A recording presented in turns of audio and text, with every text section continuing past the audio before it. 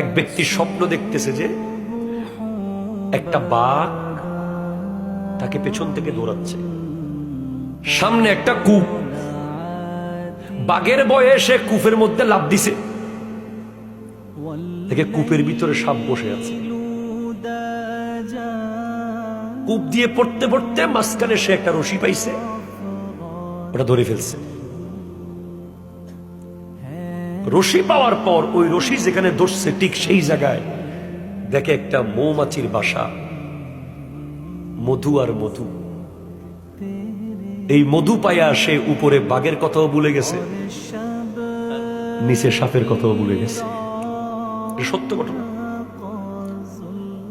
এরপরে কিছুক্ষণ পর সে দেখে যে সে সব বলে মধু খাওয়া শুরু করছে, রশি ধরে আছে আর মধু খাইতে আছে। ইতিমধ্যে দেখে একটা সাদা ইঁদুর আর একটা কালো ইঁদুর এসে রশি কাটা শুরু করছে।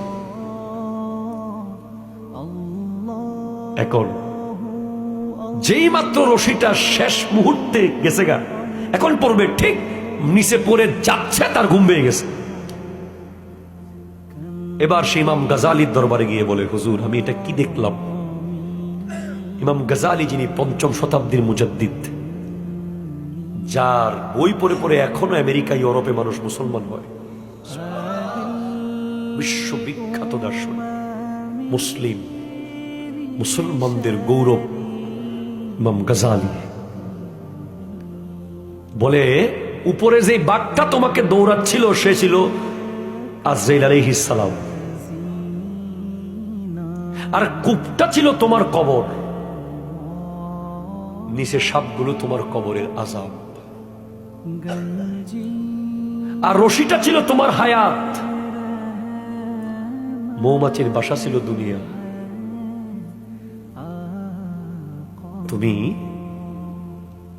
মধুর বাসা দেখে মানে দুনিয়ার পেয়ে তুমি উপরে বাঘের কথা তথা আজরাইল আলাইহিস সালামের কথাও ভুলে গেছো, নিচে সাপ তথা কবরের কথাও ভুলে গেছো।